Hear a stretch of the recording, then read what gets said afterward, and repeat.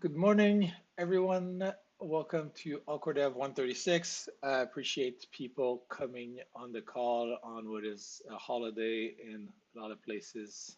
Um, yeah, thanks for coming in. Hopefully we can wrap this up within time. Uh, Basically, a lot of merge stuff on the agenda today, and couple Shanghai updates, mostly on stuff that's already been included.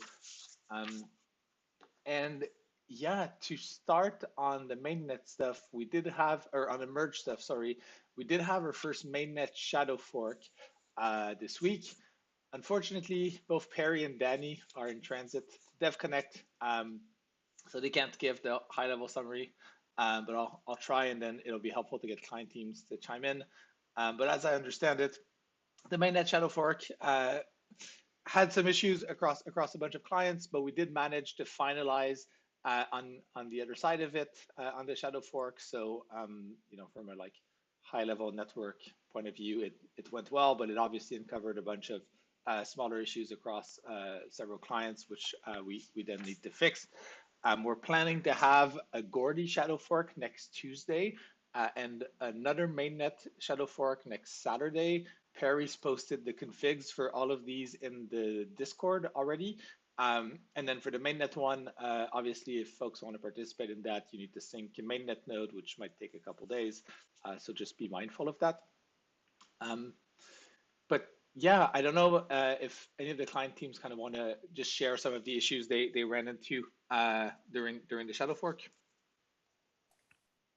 I can start. Thanks. Yeah. So we had problems during the transition. Most of our nodes, expect Nimbus, are recovered now, and they are working fine on mainnet shadow fork.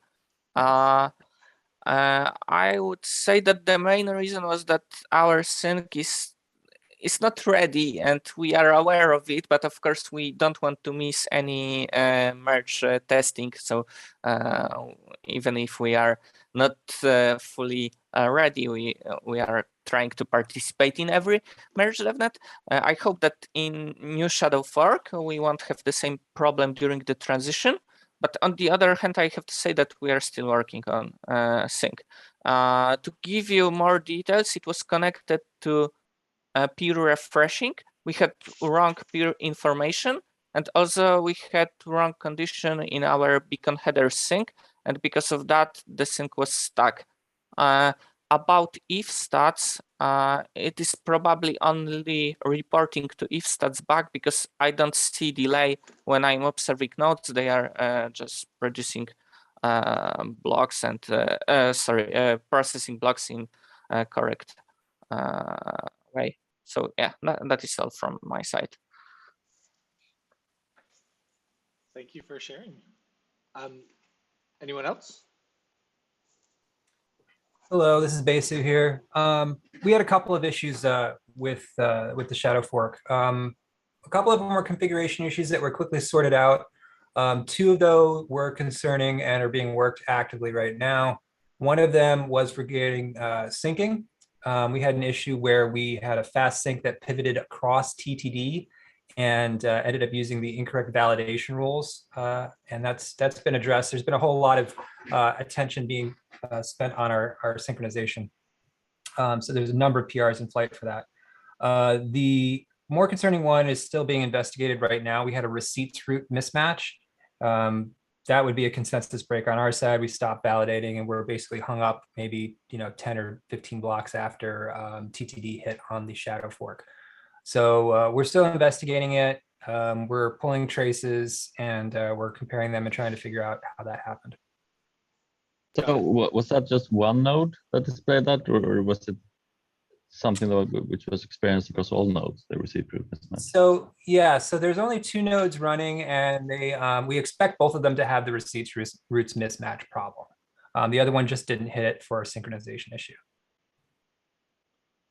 So, but do you not, when you download the blocks in your sync, do you not verify the receipt routes for the bodies? No, we do verify them, and unfortunately, we came up with a different answer. So we treated it as a bad block. But how could they not both hit the issue then? Oh, because the other one didn't get that far. It was hung up for a synchronization issue later, or earlier in the I chain. see. Right. So your only node that got to that point got the receipt mismatch, but Yep. if you had a second one, you think, obviously you can't know for sure because you haven't found the issue, but you think it's likely it would also hit the same thing, right? I believe we did have a non-EF node that had the exact same receipt root issue. Got it. It's just that the two nodes we're talking about were the ones Pari was running. Got it. And I guess it's not related to pre-run DAO opcode because there were no such transactions submitted on the mainnet. You know, that's the first thing that I looked for, and I didn't find any evidence of that. So yeah.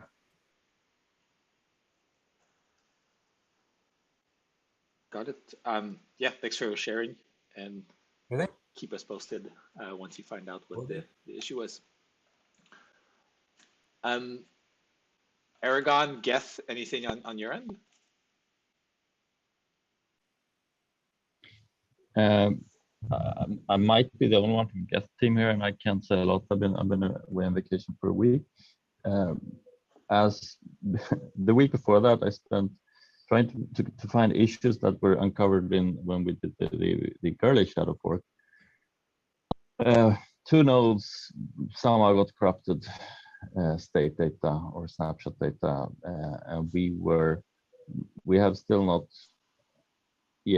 with 100% certainty rooted out what the cause for that is. So I'm looking forward to more of these shadow forks and Gurley shadow forks to see if we can repro it again. That's it. Got it. Andrew? Yeah, I think I haven't been heavily involved in the shadow fork testing, but I think it went all right. One issue though, I think both Lighthouse and Prism call net methods on the engine API port, but we only expose ETH methods, not net methods. So I would like to clarify, can Lighthouse and Prism stop calling net methods on the engine API port, or otherwise let's standardize it, because in the spec it only mentions ETH methods. So I'm not right now. I would rather not expose net methods on the engine API port. Anybody from Lighthouse, Prism? Hey, Terrence here from Prism. So yeah, I think that's a bug that we will fix. I don't see why we have to use NAND method. I think everything could be under the ETH method. So yeah, we'll fix that. Thanks for bringing that to my attention. Okay, thank you. Yeah. And I don't think we have anyone from Lighthouse. Is that right? Yeah, but we don't need net methods on the engine API port, definitely, so it should be removed. As I understand, net method which requests the version of network, which is network ID in ETH status message. So it's like ETH chain ID should be a good replacement of that, or as Adrian from Teco posted in Discord, we can use to exchange transition configuration method to verify that we are on the right chain, because terminal total difficulty set for the mainnet, for example, will never be messed up with any test net.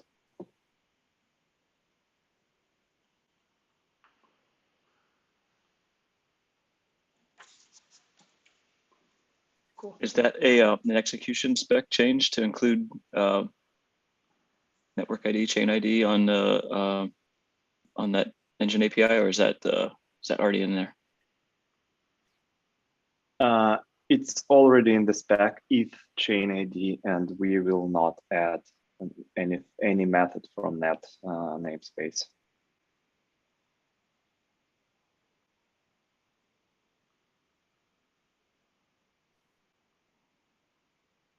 Yeah, so EL client that follows the spec should expose all the ETH methods, including ETH chain ID. Right. I would thought we were talking about adding that to exchange configuration, exchange transition configuration.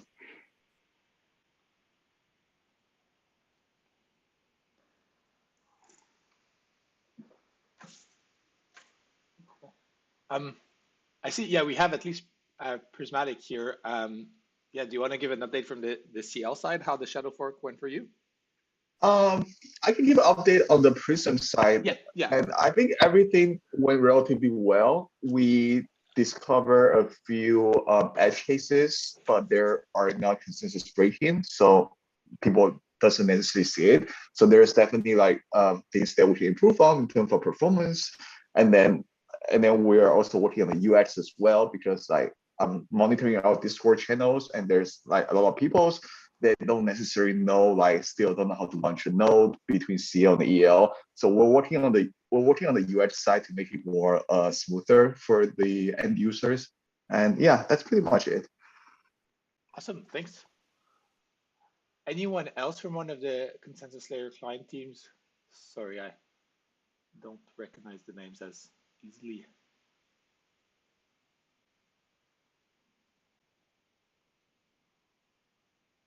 Okay, I guess not.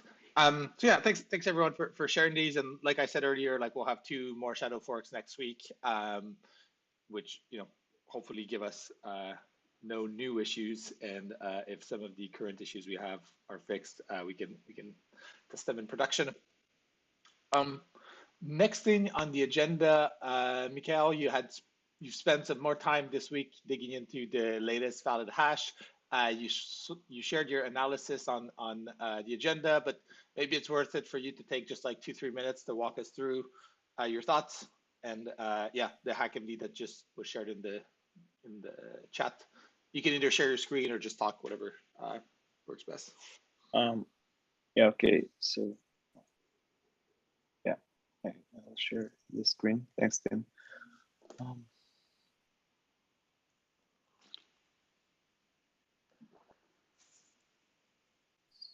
So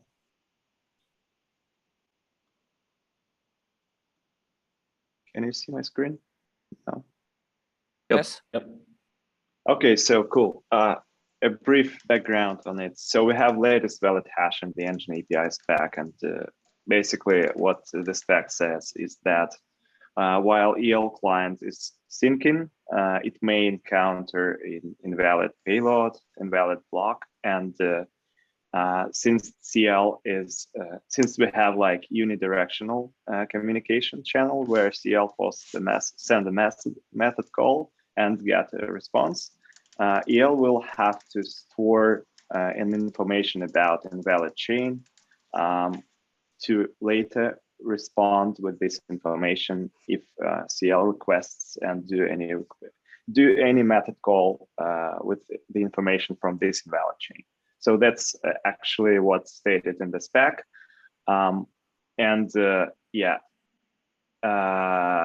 This discussion started from this discussion started because apparently it's currently EL clients doesn't store required information. Some of EL clients do store a few recent invalid blocks, but that's not enough to serve this data correctly. So here is the implementation, how it could be implemented, like a kind of implementation tips. And then we just we're wondering whether we can't just omit supporting this during EL client is syncing. And I was just thinking about it more about possible attack scenarios. And this attack scenario seems like it may have a big impact on the network. And its likelihood is not that it's not that high. It may happen during the period of no finality, where this period lasts for like more blocks than we have a states for. So if like period of no finality lasts for more than 128 blocks and clients doesn't have a state to execute a submitted block, if it branched from the canonical chain more than this number of blocks, which may occur. So we are risking to have all validators, which will try to process this block in an infinite loop of trying to sync with invalid chain. So it's like an lioness failure, which will require manual intervention. Yeah, these are my conclusions. So you may take a look. Yeah, you may just take a look at this, and based on this analysis, based on these attack scenarios, I can conclude that we have to support this functionality as it's stated currently in the spec. So we will likely have test scenarios that will just cover this kind of stuff. So that's all from my end on this topic. Happy to answer any questions.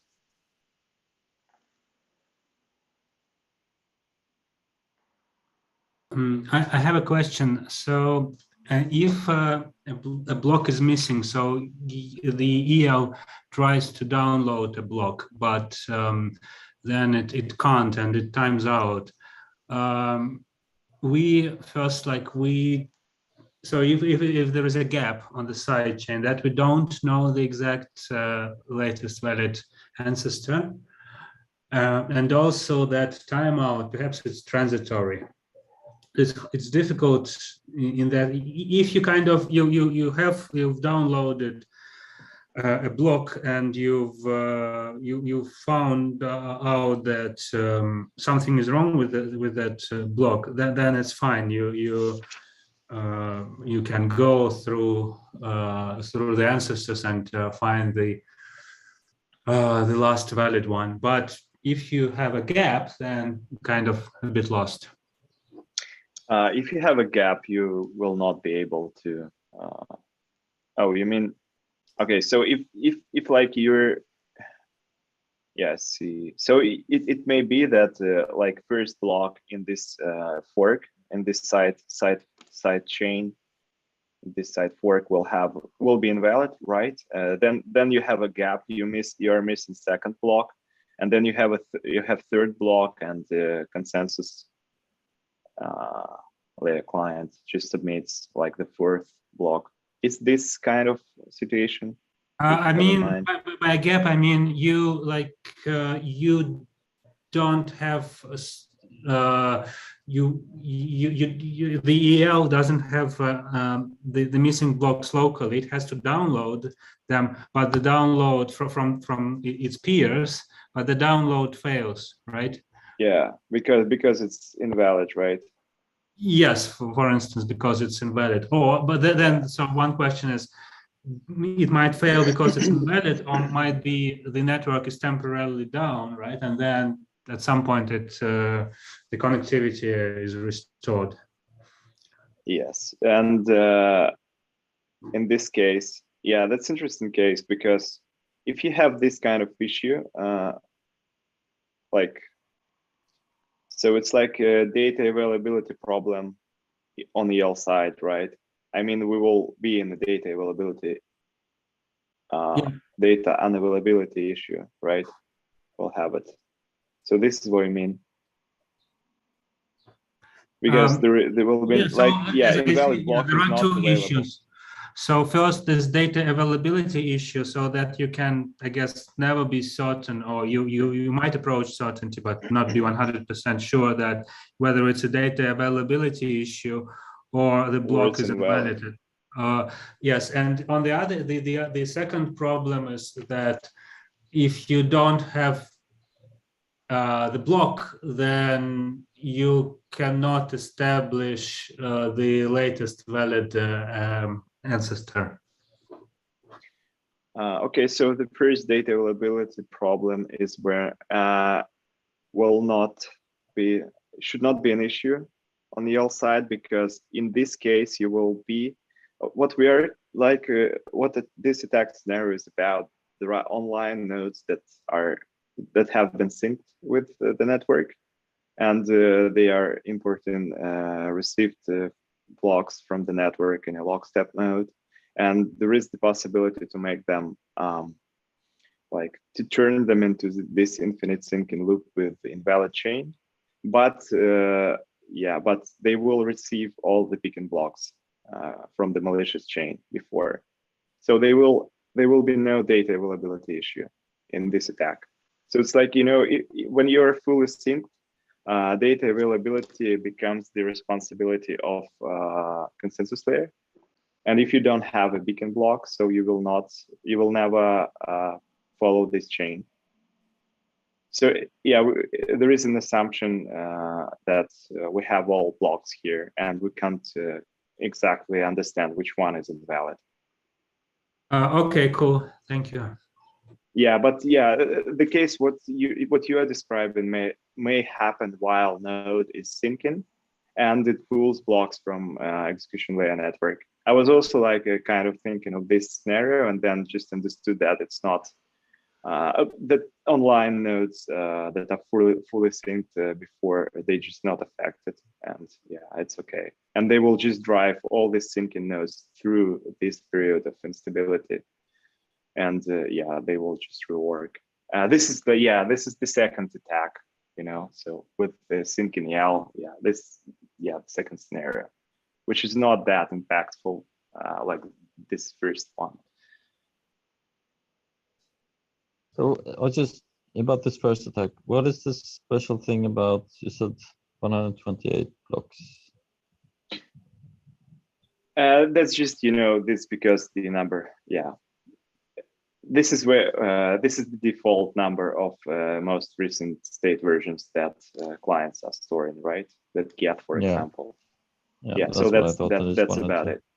Yep. So that's the this attack may occur when adversary submits a block which is invalid, but you don't have a state anymore to execute this block, and execution layer client will have to pull it from the network. And we'll have to pull the case. In that particular case, if the state availability thing is what you're thinking about, I don't think so. We, at least for Geth, we still have the block, we just don't have the state, so we just have to go back somewhere where we do have the state and then regenerate the state. But it's not something we need to pull from the network in this case.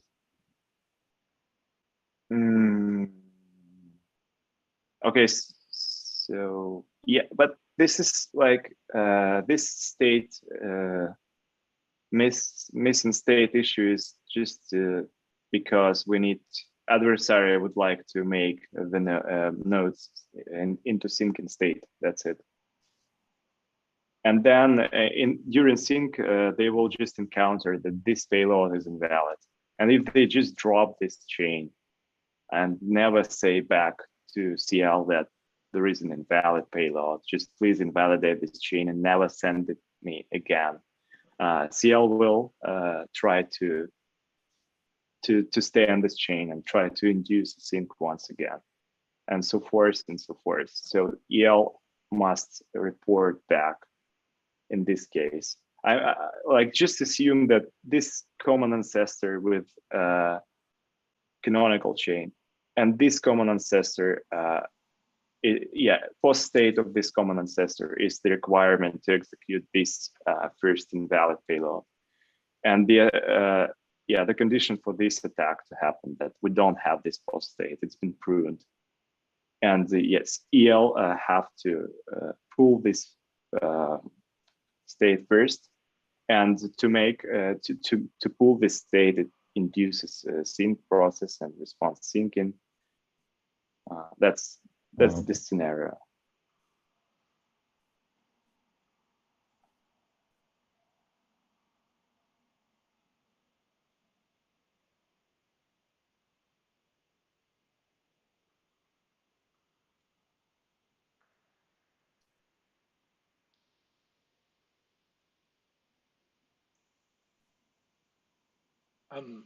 Martin, did that make sense? Is there anything you wanted to add? I can't say that I fully understand totally everything about this attack, but I don't have any further questions. Yeah, fair enough. Anyone else? Yeah. Looks like someone came off mute and went back on. I was just wondering what's the size of, I mean, do we just need one malicious proposer in this case, or how coordinated would this type of attack need to be? Yeah, that's a good question. We may have like a couple of proposers, I guess, because in the proof of stake, yeah, and we also need some. We need the ability of. We need enough of stake to game with the LMD Ghost fork choice rule. So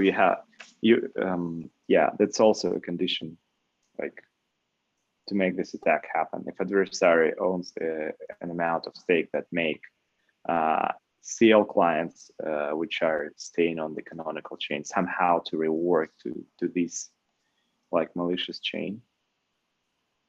And how much? Yeah, probably it's infeasible, taking into account that there is the 128 blocks in the canonical chain already to make this happen. But we also have like shallow state clients. So this probably the likelihood of this attack is like pretty low. But yeah, we would just want to prevent this one anyway. And oh, sorry, go ahead. Yeah, go ahead. I was gonna say, like, for by shadow state client, I think like Aragon is probably the main example here. Like, I'm curious to understand just from a, I don't know, engineering perspective, like, is it feasible? Because I know we changed kind of the requirements around the spec because it was really hard for Aragon and maybe another client to like support it as is, but like, yeah, how I'd be curious to just hear, from them, like, how complex is it to like mitigate this issue? And I've already started. I've introduced kind of a basic level of protection. This cache of invalid blocks, but it might be not bulletproof yet. So I'll review the Mikhail's attack scenarios, and I'll revisit Aragon's code, but I think we should be able to mitigate against such attacks. Okay, awesome. It does feel like, I don't know, people need time to digest this and think through it a bit more. So we should definitely discuss this. I mean, both in person next week with whoever's there, but yeah, on the next call, based on people having spent more time digesting it. Yeah, it would be great if you take a look. If more engineering eyes will be on it. Probably I'm like overestimating the.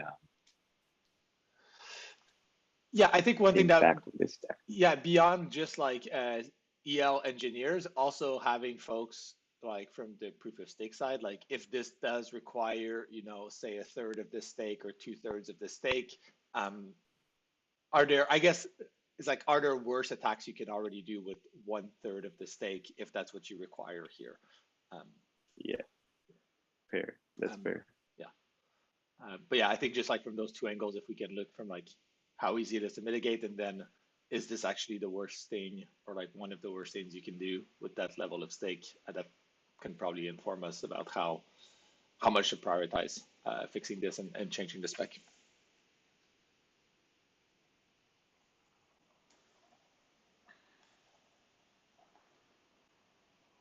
Any other questions, thoughts about this?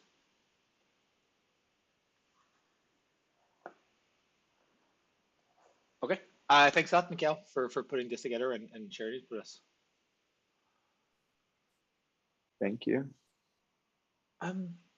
Cool. So the next thing I wanted to make sure we cover. So on the last All Core Devs, I think we were short on time, and we like briefly touched on like testnets, and I know there were like some differing opinions about like how we might want to approach rolling out on testnets. Obviously, once like the shadow forks have stabilized and we're in a better spot generally. But I think there were some comments about like maybe we should spend more time on testnets than we usually do, and trying to figure out like what's the sweet spot and what and based on that, I think that kind of affects how the time it takes to go from the first testnet to mainnet. Marek, you shared some comments in the agenda. Do you want to take like a minute or two to just go over those? Yeah, sure. So we had a conversation with team why we think that it will be valuable to have longer testnet, and we discussed a few risks. One of them is obvious client bugs, and I believe that the sooner we start forking public testnet, the longer time we should observe it. And there is two more, and let me start with, I think, less important. So all our devnets are controlled by our wizard hero Paritosh. So it seems to be big step if we move to network from network to controlled by one person to controlled by many people.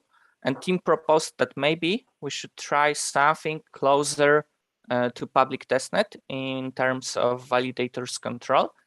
And I don't know what do you all think about it? Should we do it, or should we try it on a real testnet like Sepolia? What do you think?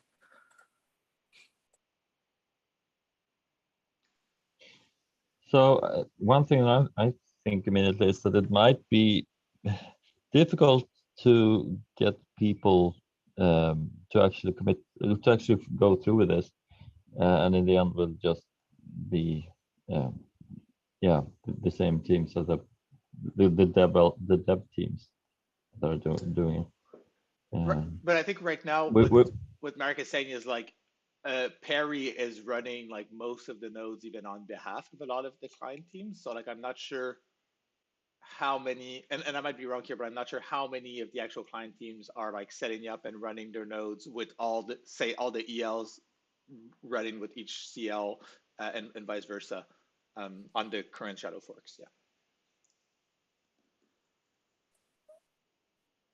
I think client teams are running nodes, but the still finalization is all depend on Parry nodes. Oh, so, got it. Yeah. So yeah, network will work without client team nodes, but not work without Parry nodes. Got it. But how would you rather see it then? So maybe it was like a proposition only. If we should do something here. So what my question is a bit, who will control the testnet nodes, the testnet validators? Right. Yeah. I don't think we ever agreed to like specifically who, but there was, we wanted to have like basically two test nets, one which is controlled mostly by the EF and client teams. So it's like a bit more stable and maybe some infrastructure providers. And then the other one, which has a bit more of an open validator set where anybody can join. And on that one, you might expect some, some non-finalization and things like that.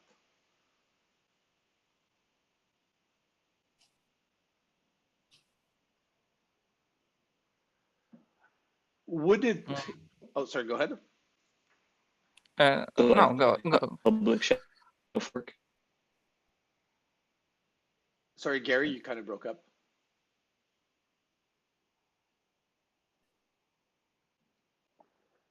Oh, if you're speaking, Gary, we can't hear you anymore.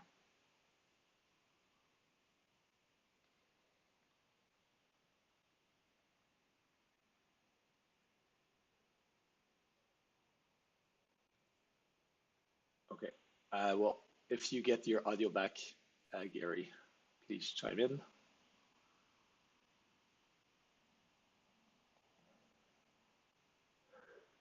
So I guess, we do have two shadow forks coming, one Tuesday, and it's probably a bit late to change things up too much on that one, but we have one also scheduled for like next Saturday. Would it be helpful to distribute more of the validators to client teams so that finalization doesn't depend just on Perry? Is that like too quick to do it? Would we want to do some like maybe in the week after that, which are set up that way?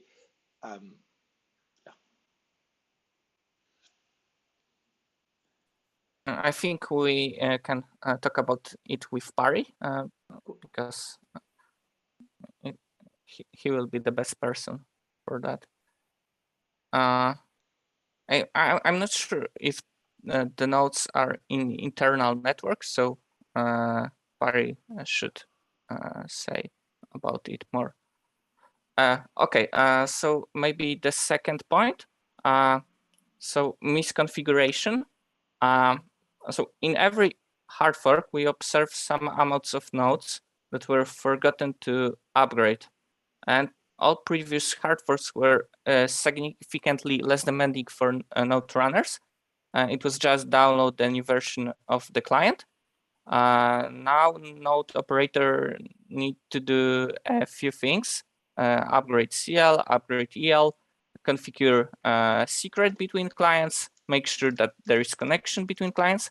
So in theory, people can train it on Kylin, and we can mitigate it with correct announcements and documentation. However, in practice, I believe that the longer testnet, the longer public testnet will reduce the number of misconfigured nodes for the next testnet and later for mainnet. People need to get used to running nodes with two applications. And that was my arguments for longer testnets.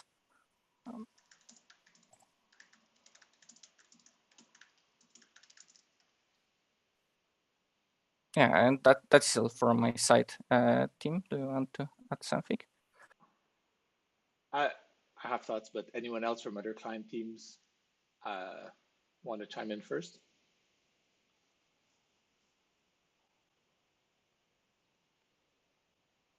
If not, I agree with you on the configuration issue. I do think like this is kind of a higher or more complex change than like we've had with previous upgrades, and hopefully Kiln has helped a little bit move the needle, but clearly a lot of people and the vast majority of people are not on Kiln.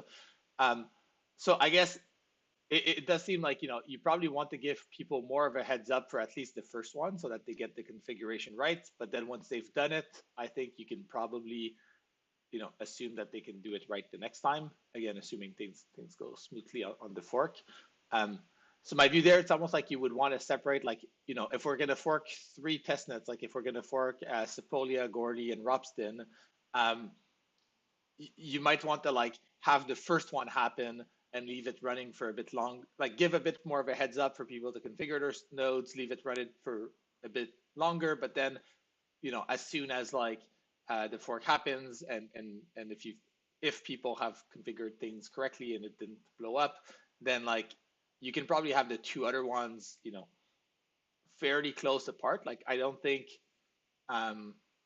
because people are going to have to run through the process a few more times, but it's like the first time will definitely be the hardest. So my general approach would probably be like fork something like Ropsten first, because it does have like pretty significant usage, but we don't intend to keep it around much. So if it doesn't go super smoothly, not the end of the world. Once, you know, Ropsten is forked and like stable, then like you then schedule kind of the forks for say Gordy and Sepolia, and then you also kind of get that, say, you know, say you like fork Ropsten and like 2-3 weeks after that you fork Gordy or Sepolia. By the time you're forking Gordy and then Sepolia, you've already had Ropsten be live for a month. So I think you get this kind of longer duration on a testnet, and we can do things like obviously syncing new nodes, make sure that still works. Ropsten has a pretty big state in history, so it's you know, it's a good kind of proxy. So and then obviously we'll want to see all the testnets stable before we move to mainnet, but like it would probably look something like, I don't know, Ropsten has had like a month and a half, and then like maybe you do Gordy second because there's a ton of activity on that as well, and you get like longer data on that, and then maybe Sepolia will only have forked for a few weeks, but if we have like kind of long-term data on Ropsten, medium-term on Gordy, then that's probably sufficient. And just, I guess, to bring it back to also one thing you said at the very beginning, you know, like the earlier in the process that we fork testnets, the longer we want to see them run fine. But I do think like with the amount of shadow forks we're doing and we're going to keep doing, my expectation is like we would only move to testnets once the shadow forks of say mainnet are going really smoothly. So like to me, it's like if we've managed to fork the shadow fork mainnet smoothly, the testnet should be kind of easier than that. Yeah. So I don't know. Like I guess yeah. To recap, it's like I would probably do Ropsten first. Wait a while, make sure it works. Then probably bundle Gordy and Sepolia, and then once that's all set, you go to mainnet. And then Martin had a question in the chat about paired with CL testnets. The answer is no. The only one, so Gordy has a long-lived CL testnet, which will kind of transition after. But for Ropsten, for Sepolia, we'd have to launch new CL testnets.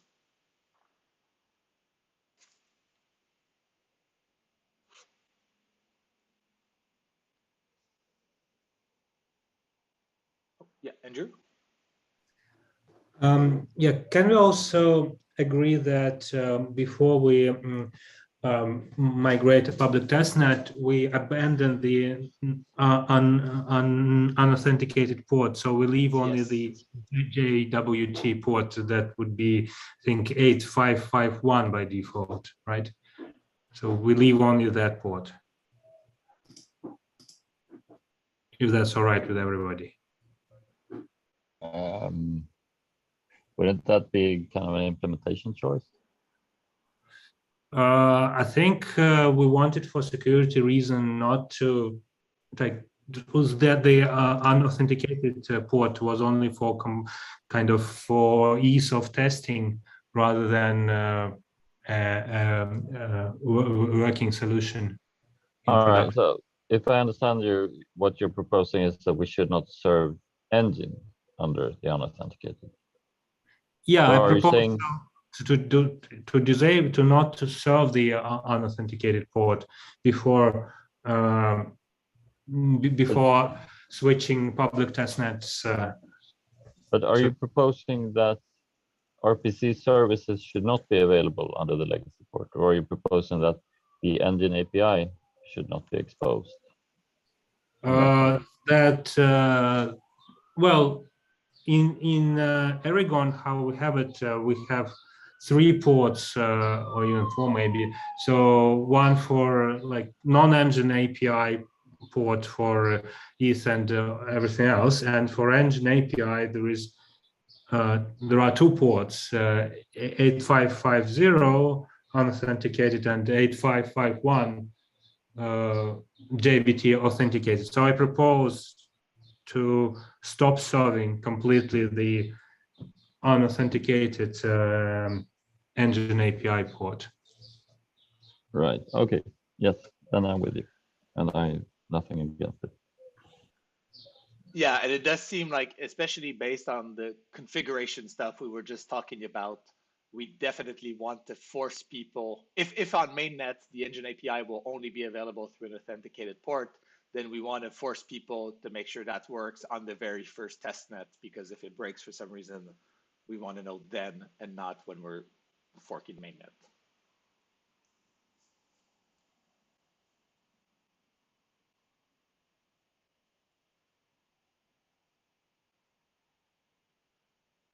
Any other thoughts, comments just on testnets generally?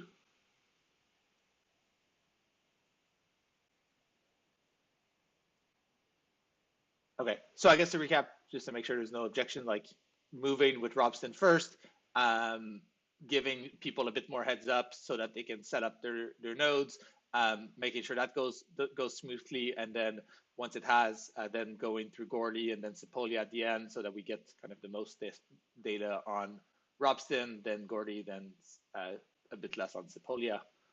Gary? Yeah, I was thinking, it seems to me that Sepolia might be a safer target, given that there's not as much infrastructure there. If we wanted to migrate Sepolia first, but for example, I don't think that there's Etherscan support for Sepolia yet. I mean, we're basically going to force Ropsten users to have a consensus client set up in order to continue to participate. And I think that since Sepolia is really mostly only, I've only ever seen, like core devs and folks on that network, I think it might be an easier target for the first migration. Right. It depends what you're optimizing for, right? Like, so if you're optimizing for the fork going smoothly, I agree. But I think Marek's comments was like, if you want to optimize for people already running nodes, having to figure out how to set up an EL and CL combo, then having them do it on Sepolia, like people might just not do it on Sepolia. So that's just a risk, is like, say we did Sepolia, Ropsten, Gordy, then Sepolia goes well, but then on Ropsten everything breaks because like the node operators and the folks like say Etherscan or like exchanges or infra providers that just support Ropsten, they just didn't do anything on Sepolia. That might slow us down more. So Yeah, that makes sense. I had an internet cut out when Marek was talking, so I missed the point that we're optimizing for breakage. But yeah, so basically, I think it's optimizing for forcing people to think through the configurations and make sure that they work. And then that basically leaves us with like Gordy and Ropsten. And of those two, I think breaking Ropsten is less worse because we don't expect to support it long term after the merge. So I don't think we should go ahead and break Gordy, even though it probably has the most usage. So it's like Ropsten is like a medium test run. And then if that goes well, we can move to Gordy. And then Sepolia should be really easy to do after those. Cool, that makes sense. Cool. And I guess as a heads up, this is kind of implicit, but I'll share this explicitly just to be clear. We had discussed a few times that like Rinkeby won't run through the merge. So just for people listening, this Rinkeby will not. I don't think the network will be like shut down right at the merge, but from as soon as the merge happened, Rinkeby just stops being a replica of what's running on mainnet. So people should be aware of that and start migrating away from Rinkeby.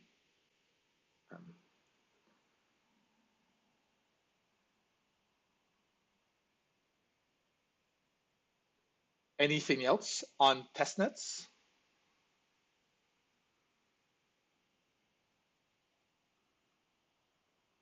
Anything else about the merge generally?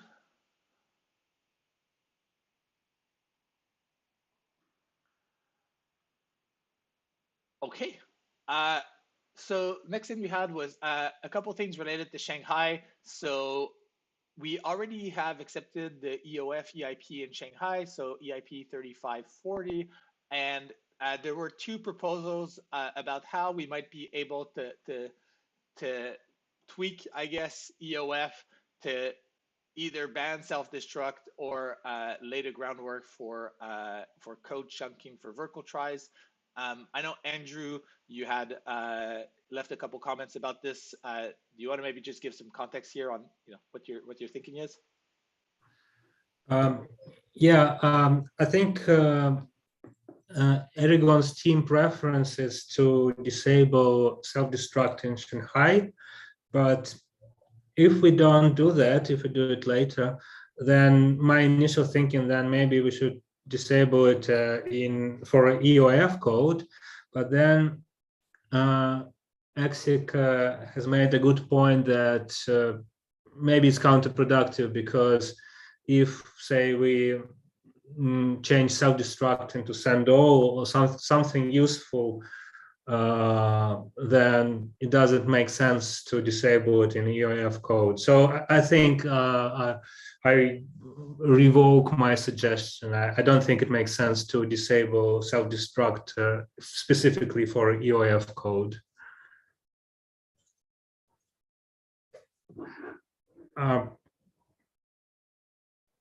And the second point is about code chunking.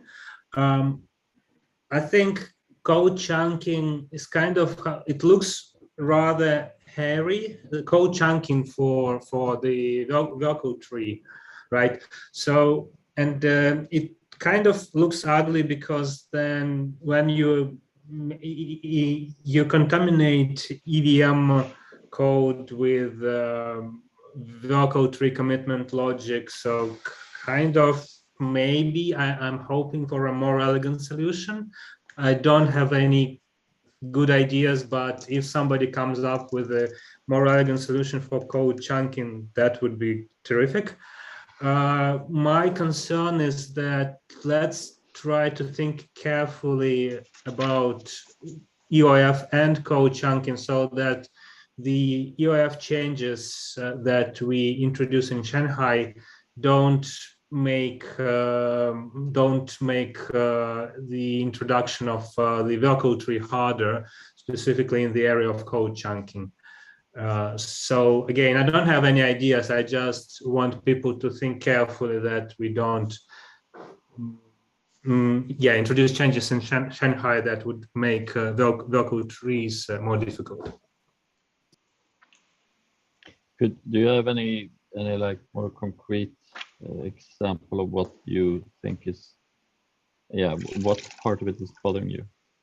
Kind of. Well, because EOF, it's with the before EOF, all code, there was no structure in the code, and the only difficulty was to differentiate push data versus non-push data, right? So, but basically, it was just a string without no structure, and you can chunking, you could count the chunks of that string. With EOF, you introduce some extra structure, right? And so you have sections with EOF. How do those sections align with chunks, right? That's my worry. Okay. Yeah. Powell, you have your hand up for a while now.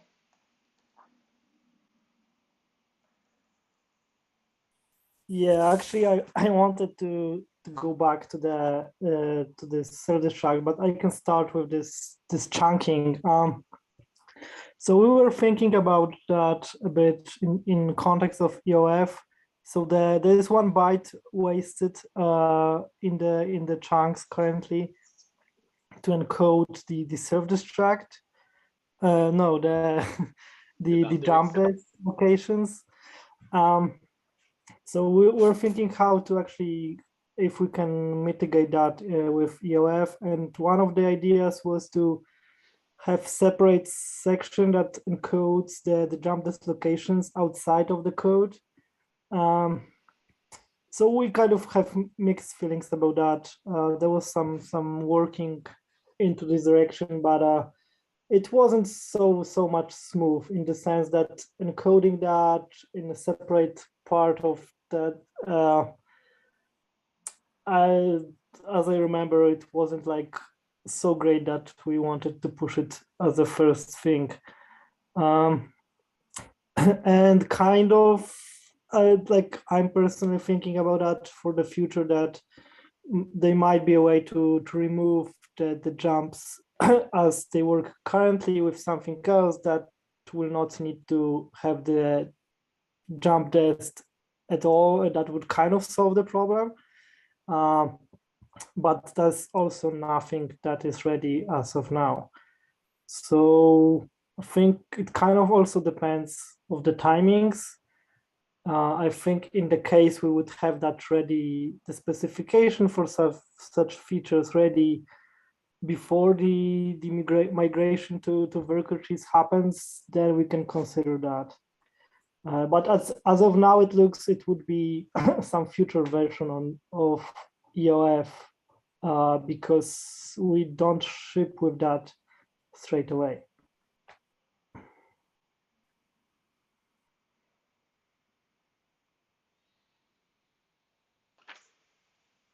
You also wanted to say something about self-destruct, so maybe you can do that as well. Yeah, I have 2 comments to that. So, well, first, I think the most important question is if this send all is useful in the sense that we want to have it, or is just the minimal way not to break a lot of existing contracts. So I'm not sure like what's your opinion about that. But like technically, like disable self-destruct during EOF validation is very easy to do, and that also means the EVM will not have to be changed I mean, it will not to have to modify how self-destruct works, because it will just, this instruction will just not show up in the EOF code. So yeah, it will not be just you will not be able to physically place that instruction in the code. So we don't really have to switch EVM in the sense that it will have to different behaviors for EOF and different behaviors for whatever the self-destruct for legacy code will work. So that's one thing. And secondly, EOF has some, let's say, forward compatibility properties. And even if we start, I mean, it's much better to start with disabled self-destruct, because later we can actually assign, even if we decide to like enable send all in this opcode, that will not break previously deployed EOF contracts. So like one of the properties of this forward compatibility is that you can safely assign unassigned opcodes. So let's say if we start with self-destruct opcode unassigned in the EOF, then it's easy to enable it later. Yeah, that obviously that requires hard fork, but we have guarantees that will not break anything. Got it. Alex, you have your hands up as well. Yeah, I had something to say about the Oracle tree code chunking. Yep. Even before the UF, we actually worked on with Sina. We worked on like an earlier code chunking proposal, and I think the Oracle tree one still, in essence, works similarly because it has like this first instruction offset byte. And so when we started working on UF, we actually kept this code chunking in mind, compatibility with it, and EOF is compatible with this Oracle tree spec. The only noteworthy thing is that the EOF headers, they are small, so they always fit a single chunk. But in practice, for EOF contracts, you would need to always provide the first code chunk as part of the proof, because that's where the headers are situated. And in fact, when we had a decision to be made whether we have the entire EOF headers upfront or whether we have like a streaming version, this was one of the reasons we decided to have it upfront, because that would be a single code chunk in terms of code chunking. And secondly, while it works without any issues with the current Oracle tree spec, it could be made more optimal if the Oracle tree spec is aware of EOF. Then you could potentially remove this first instruction offset in case of EOF contracts. You would save 1 byte per chunk. But I mean, it doesn't need to be done. It would be just an optimization. Got it. Thanks. Andrew? Yeah, it's great that you have that compatibility in mind. I guess that was my primary worry. Also I have a question in EOF in general, like other incentives for people to move to EOF, any kind of gas reductions, anything like that? Well, not directly in the not on its own, but we do have a bunch of other proposals which are not yet slated for Shanghai, but the biggest one, the most relevant one for now would be the static relative jumps, which I think would be ready to be considered for Shanghai, but obviously that discussion is now paused. But that is only possible to be introduced within EOF because it depends on immediate values, and that reduces gas costs regarding control flow significantly. Because at least looking at Solidity contracts, which are the majority of the contracts on chain, over like 90% of the jumps are static jumps in a Solidity contract. And basically, it would benefit from the static relative jump opcode quite significantly. We don't have actual concrete numbers about the reduction, but we do plan to create some statistics about some major contracts like Uniswap to the comparison between the current runtime gas cost for like a swap versus after using this UFN with static relative jumps.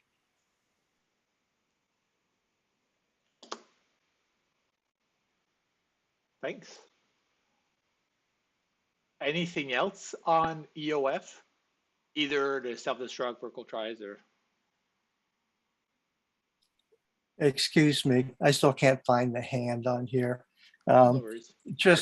Just in general, EOF lets us make a break and say, we're moving forward with some new stuff, and we need some way to say, this is the new code, and to be able to say these old codes no longer work. So it's just a break we need to make going forward. Getting immediate data is the most important thing. Right now, push is the only thing that has anything resembling immediate data.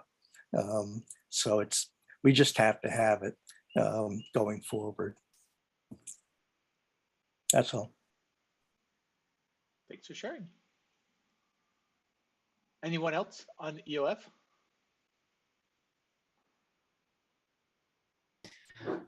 Yeah, just I'm still on the fence regarding disabling self-destruct and say code, because Pavel's argument also makes good sense that it can be enabled later if self-destruct becomes something useful. But if we disable it straight away in Shanghai, that's kind of a good nudge for dev developers not to use self-destruct and maybe not to use code. So maybe it's good to disable them straight away. I'm still kind of not sure. Yeah, we can definitely discuss that in more detail, but yeah, I guess both in person next week, and on the Discord. Any final comments on EOF?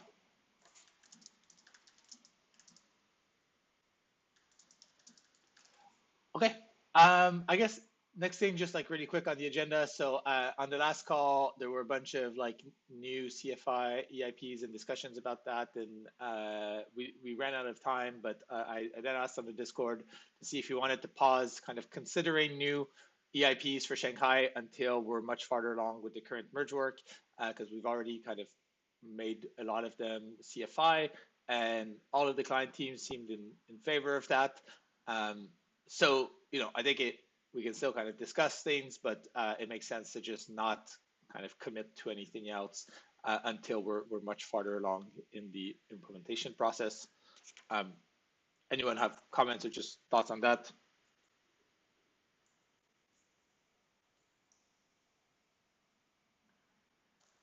Okay. That said, yeah. Ansgar wanted to just take a few minutes to chat about an EIP we mentioned, we discussed a while back, so EIP 4396, which changes how the base fee works after the merge. Yeah, I think he just had some questions about if and how we should approach this. So, Ansgar. Yeah, hi. So basically, the situation with the EIP is just that I think it was originally proposed to possibly be combined with the merge itself, because it's more like a security fix than a new feature. Then it was decided that was not important enough to be bundled with the merge, and there hasn't really been work on it since. There's still several different alternative versions, so there would still need to be some work put in to figure out what exact version to move forward with.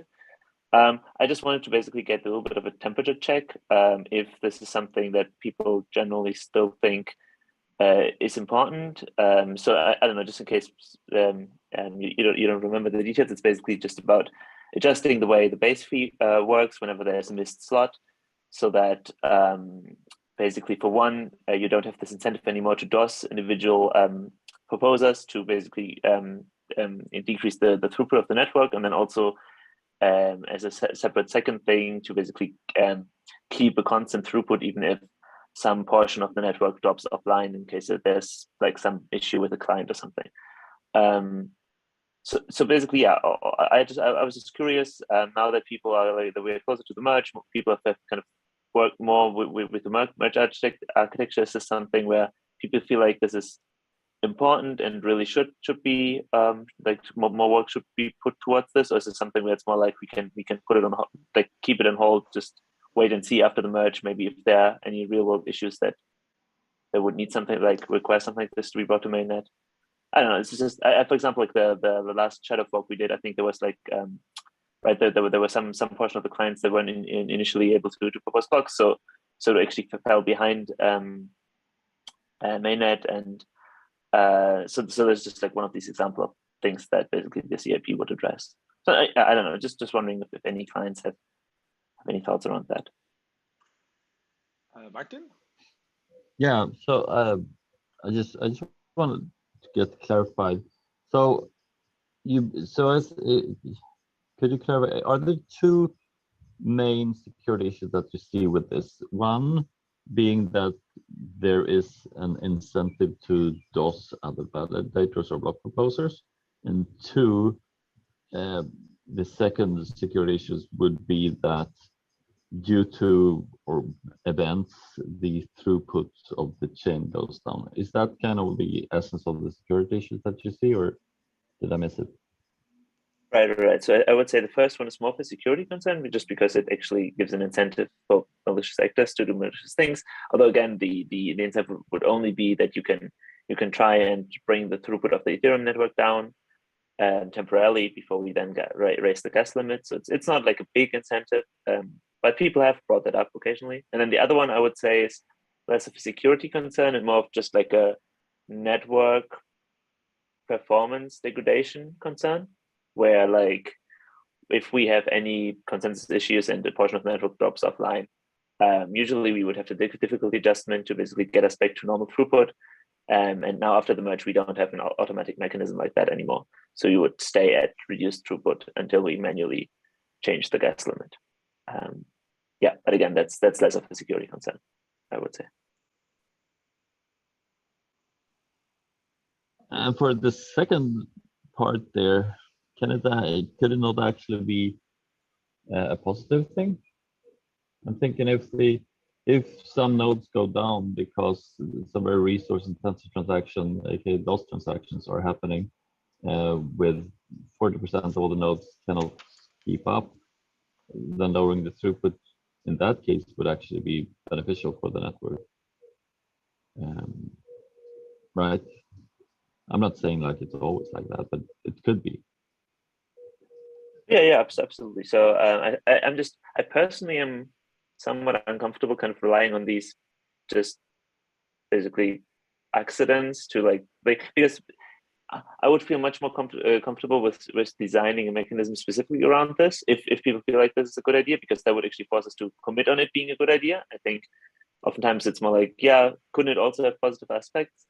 But we could of course have something, right, where we basically just look at the last slots, and if there's a certain percentage threshold kind of that we kind of go below or something, then the gas limit is automatically decreased or something like that. We could have a mechanism like that.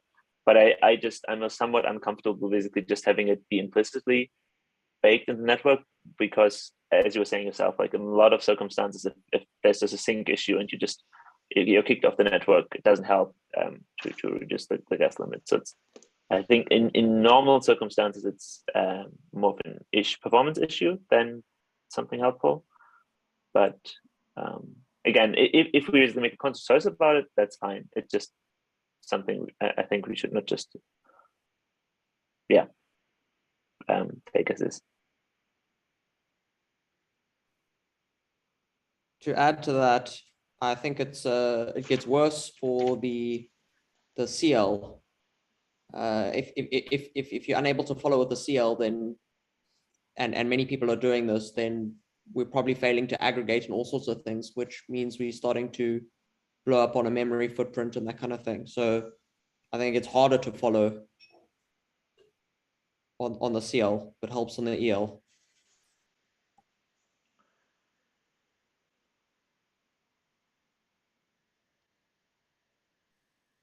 Sorry, Carl.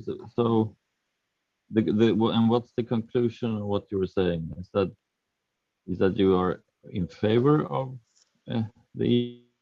No, I just to comment on the implicit assumption about it allowing us to sort of catch up. As I'm just trying to argue that it only allows us to catch up if we're falling behind on the EL. But if we're falling behind on the CL, then it's probably like there's sort of a cascading effect where it probably gets worse. But it doesn't get worse because the execution layer blocks are less full, right? So when you say it gets worse, like the EIP will not help there either, right? No, the EIP doesn't affect that. Agreed.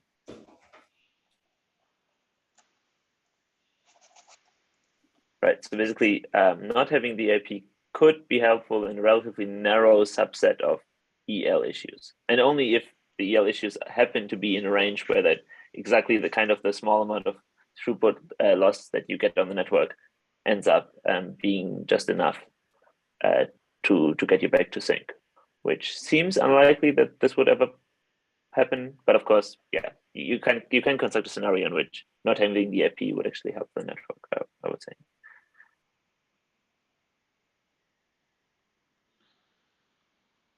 I remember there was a stub in the EIP about thinking about incentives for changing timestamps.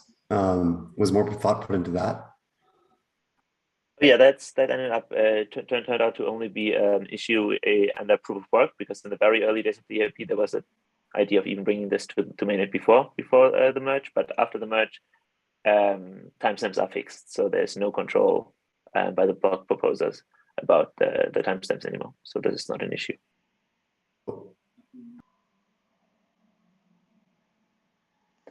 But yeah, so just to basically say, like, I think my default here would be to maybe only work a little bit on it to bring it to a point where we have it in our back pocket in case we do the merge and some issues kind of occur that where it becomes obvious that something like this would be helpful, and not actively push for it for Shanghai.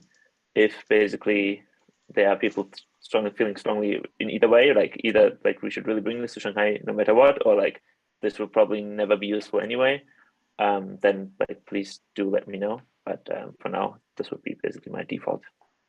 Yeah. So sorry, I dropped off because I fell off the network. So I missed a little bit, but I would kind of agree with you and say that I'm currently not really convinced that there's security concerns needs this to go into Shanghai. But on the other hand, I think maybe for correctness, we should do it at some point. So that's, yeah, kind of what you said, I think. Yeah, and it's definitely also, that's why I never even brought that up, because I don't think that would warrant like really trying to push for it, but it's definitely like usability improvement because it stabilizes the base fee. So we have less wobbly of a base fee. But that's not an important aspect. So it's a nice to have at some point.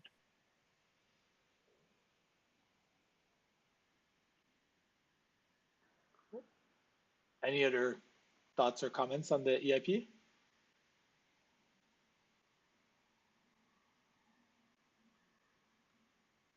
Okay, well, we might be finishing early for the first time in several months. Yeah, anything more anybody wanted to discuss? I just had a quick question for Martin and Alex, I think. I, for some reason, just noticed that the size of the init code is twice the max code size. That is, the init code's at 49,152. So it fits in 16 bits as an absolute jump value, but the relative jump proposal is using 16 bits, I think, so that it can jump positive or negative to cover the max code size of the contract. So I'm not sure how that's going to work.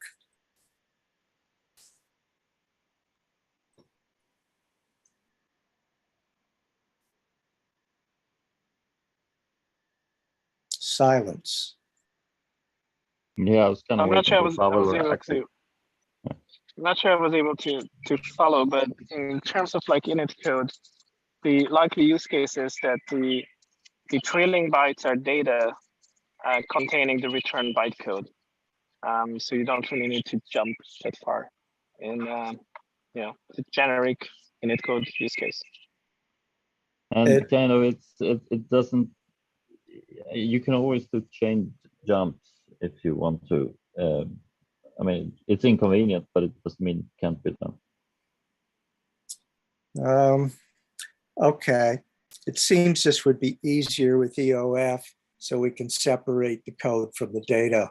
And then it's fairly clear that you're copying a piece of code that happens to be data. But we can discuss that later. Thanks. Of course. Anyone else?